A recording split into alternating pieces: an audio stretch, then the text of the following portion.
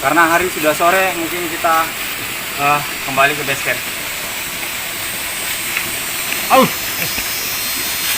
Om, Apa tuh? ini kayak kura-kura juga ya? Bukan batu dong. Gila. Lihat kameramen. Gede om. Jadi benar saya bilang. Jadi di dekat air ini banyak. Kok ini bisa ada di sini bang ya? Ini kan dekat sungai bang. Mungkin aja dia mau berjemur gitu. Oh gitu ya. Iya. Jadi ini jenis kura-kura apa nih bang? Ini kura-kura biuku. Biuku. Iya. Oh berarti memang endemik sini ya kira-kira? Ini Sumatera, Kalimantan gitu. Oh ya Ya, teman-teman. Memang setahu saya sih di Aceh ini masih Sumatera Utara ya. Nah, tapi kok ada ini? Tapi ya bisa aja, kita nggak tahu juga ya. Biuku ini lumayan besar nih teman-teman. Lihat, aduh. Jadi saya ini tadi kepleset di situ, nggak sengaja menemukan ini ya. Lihat. Aduh. Coba di pause dulu. Lihat. Besar teman-teman. Lumayan besar nih, lumayan gede. Seperti helm. Oke lah. Ini saya letakkan sini lagi. Saya berangkat lagi. Let's go.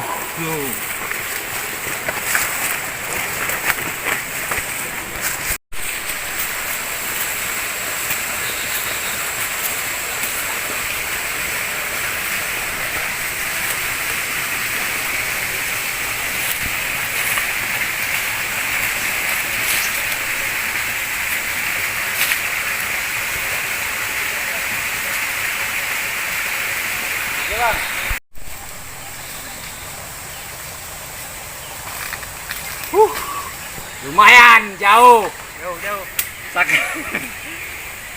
Udah keringet nih, keringet. Capek bau.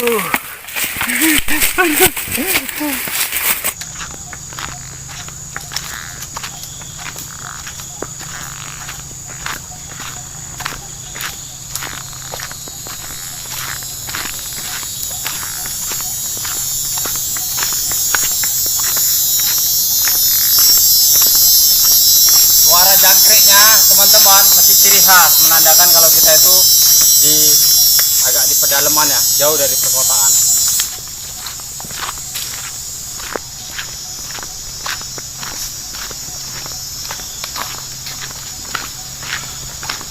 Bang, ular bang. Ular, bang, kamera. Lihat. Lihat. Banyak kali ular di sini, memang benar-benar banyak teman-teman. Lihat dia. Ini nampaknya baru dari sungai juga karena posisi dia basah. Ini ukuran berapa kira-kira ini bang ya? 2 meter lebih. Jadi ini teman-teman, ini tidak ular ini tidak berbisa teman-teman. Ini sanca kembang atau Python reticulatus. Jadi makanannya dia ayam. Nah, dia mempunyai gigi aglifa teman-teman. Gigi yang sistem pengoyaknya dari mulai depan sampai belakang itu sama panjangnya, dan kalau kena itu seperti kayak kena pisau ya gitu teman-teman ya. Wah, lihat. Wah, agak ekstrim teman-teman. Ya. Dia udah merasa terancam. Lihat.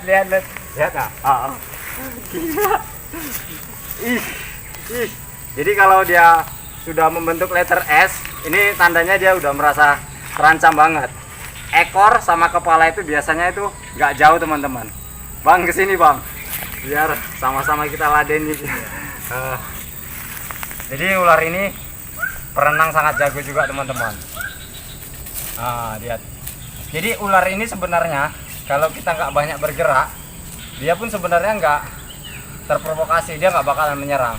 Kalau kita diam aja seperti patung teman-teman. Aduh. Memang di tempat ini kalau saya rasa dari daerah pepohonannya, kesuburan pohon-pohonnya, lembabnya terlalu tinggi, saya yakin banyak ular seperti ini. Jadi teman-teman, ular ini adalah salah satu ular piton yang terpanjang di dunia bang ya. Ya, jadi kita walaupun dia nggak berbisa, tetap juga hati-hati ya, karena dia bisa menggigit, dan bisa membelit teman-teman. Jadi kalau nangkep ular gala itu sehabis kita tangkap kepalanya itu nggak boleh ditaruh di leher teman-teman. Kita kasih kaki ya, di kaki aja, jadi dia belitnya satu kaki. Jadi ada trik teman-teman, kebanyakan orang insiden itu yang mati karena ular piton dengan ukuran kecil itu sebenarnya lucu ya teman-teman ya. Lihat dia mau nyerang. Kalau ular mati dengan orang digigit ular berbisa itu sebenarnya biasa, karena dia memang ular berbisa. Tapi kalau orang mati digigit sama ular piton dengan ukuran 2 meter, itu baru luar biasa teman-teman. Jadi menurut saya kayak gitu. Jadi saya pernah pengalaman saya nangkap, kalau saya nangkap ular yang besar, saya perkirakan ketika itu dapat, saya kuat nggak ngangkatnya gitu. Jadi kalau nggak kuat, saya nggak bakalan saya angkat juga. Jadi saya harus butuh bantuan. Dan juga ketika saya tangkap, saya nggak mau taruhin di leher itu, nggak mau teman-teman, karena itu berakibat fatal. Biasa kalau saya nangkap sendiri, saya nangkap sendiri dengan ukuran saya berani sendiri. Karena apa? Saya juga ada beberapa trik, nggak konyol ya teman-teman ya. Jadi saya pertama tangkap kepalanya secara pelan-pelan, baru saya lakban di bagian mulutnya, saya lakban, lalu yang pertama saya buka dulu karung, saya gulung supaya dia supaya dia terbuka mulutnya, baru saya pegang ularnya, saya lakban, dan baru saya pegang, saya masukin kaki supaya dia membelit satu kaki, baru saya angkat ularnya, saya masukin ke dalam karung, dan saya lepasi kepalanya, saya tutup karungnya. Jadi dengan sendirinya ular itu jalan sendiri teman-teman ke karung. Dan kalau udah ada teman-teman yang kepepet, nah ini adalah salah satu, kalau menurut saya ilmu ya, kalau kita udah nggak sanggup melawan ular piton, jadi ketika kalian dibelit dan nggak bisa apa-apa, kalian cukup pura-pura mati teman-teman, cukup pura-pura mati, telungkup gitu dengan kepala di bawah ya, kepala di bawah. Kalian jaga, kalau ular piton ini kalian jaga, usahakan yang tidak tergigit itu seperti nadi dan mata teman-teman. Jadi mata dan nadi itu yang cukup dijaga. Jadi kalau kalian udah kehilangan akal, kalian cukup tidur, telungkup, dan lepasi kepalanya pelan-pelan, dan akhirnya ular itu pun jalan sendiri teman-teman. Jangan pernah paksa dia, jangan pernah tahan dia untuk melepaskan, karena semakin kita pegang kuat, semakin ular itu meronta. Jadi semua butuh trik teman-teman, nggak harus tenaga kuat, tapi harus trik juga teman-teman ya. Saya yakin itu bermanfaat bagi yang sering ke hutan teman-teman. Jadi ular ini nggak menyerang kalau nggak terancam juga teman-teman. Ya, lihat. Iya.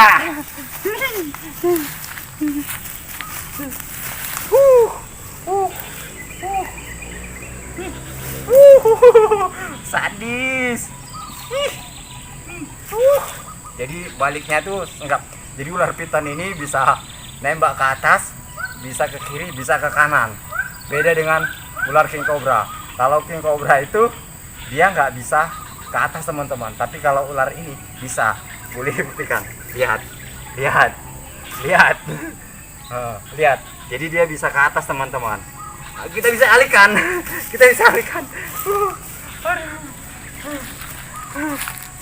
Bang, abang bisa nangkepnya, bang. Tunggu bang. Ini biar capek dulu bang. Kalau nggak capek ini, bang, coba tarik ke sana bang.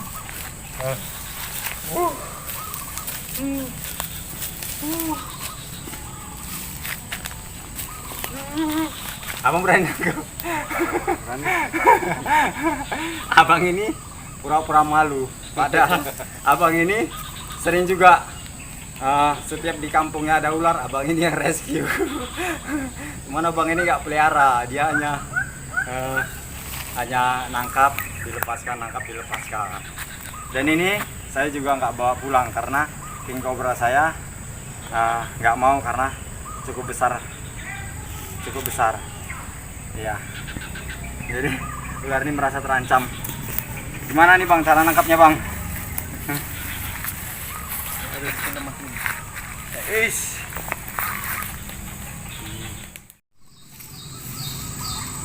Nah teman-teman, sekarang saya akan eksekusi dia, memindahkan dia,